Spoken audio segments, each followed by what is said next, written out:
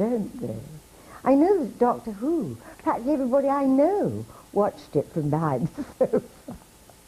So, well, I'm one of that band then that terrifies you.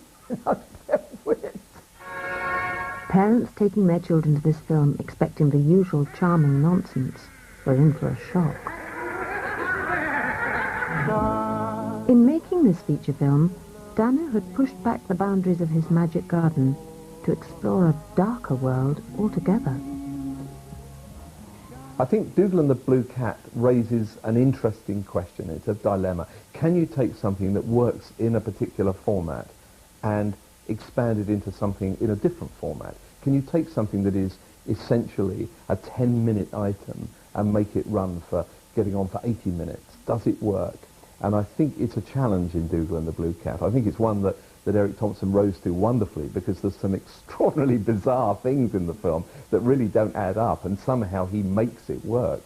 But it is questionable whether extended to that form, it really comes off. Terrifying. The film did not do that well at the box office, but remains an intriguing example of Dano's work. Out of this world.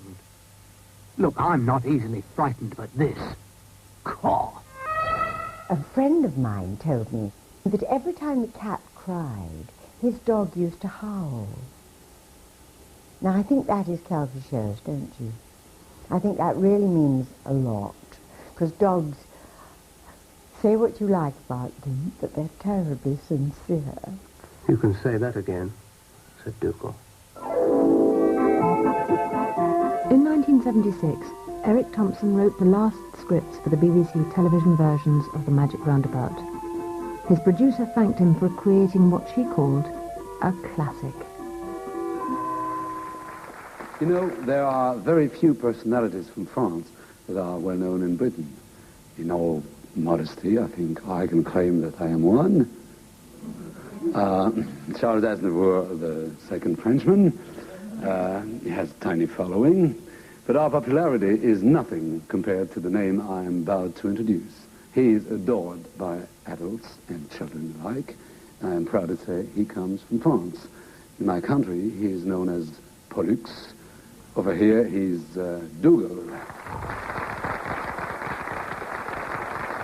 So here it is, ladies and gentlemen, and we have with us tonight one man very responsible for the Magic Roundabout in both languages. I'm not going to ask you which is the best, because I'm sitting next to him. He is famous as the voices of the English language version, anyway. Mr. Eric Thompson. Hello.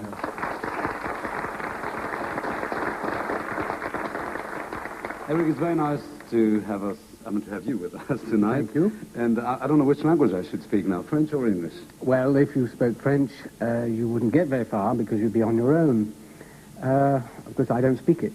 Oh, no. So No. it's not you No. trying... But you know, No. it just happened that on the screen just now, in the French version, Pollux or Dougal, which, name changes, actually has a very heavy English accent speaking French. Well, that's the joke, you see. Well, that's one of the main jokes in France, and that's why, really, it doesn't translate. You can't just translate it.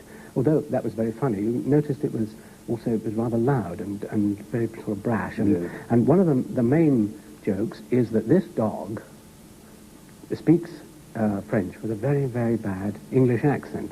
And if I was to speak French to you, of course, it would sound much the same. Je vous assure, mon cher, Monsieur Distel, si je sais de parler votre langue dans Paris, tout le monde, il laugh like drains. Yeah, and they would love, but they would understand at least, which is very nice. 3 years after this appearance, Eric Thompson died of a heart attack at the age of 52. I think he had a lovely voice. Vocally, he was entrancing and could use it very well. It's the voice, I think, that's so powerful. I think you would find that with death, that the voice is missed greatly. This morning, I don't know whether I'm coming or going. You're going, old speedy mate, said Brian. I've got a million things to do, and I've not had time to put a comb through my hair yet. Yes, looks like it, said Brian. bit shaggier than usual, if that's possible. What? Choose your words, snail. It's true, you could do with having your barnet trimmed. What a vulgar expression. Yeah, well, I'm a vulgar snail.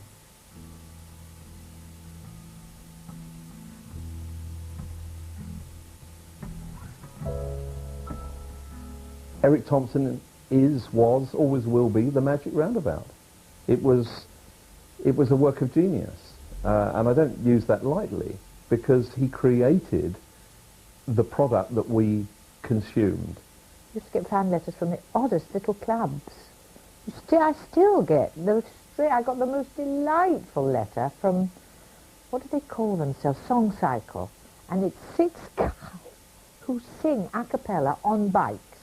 Don't ask me where. But they rang me, no, they got in touch with me to see if I had the rights to Florence's song. Florence's song is, Florence, it's a lovely morning. Florence, shall you work this morning?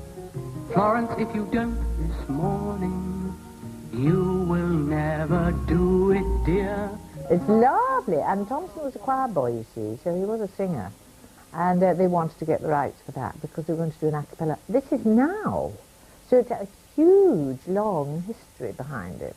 Now, you've seen the television programme, you've read the book, you may even have bought the duvet cover.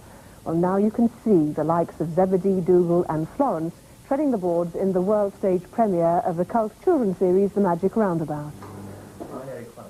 Nostalgia kicked in for the baby boom generation around the 1980s, and the Magic Roundabout was recycled and sold to us all over again. Time for bed.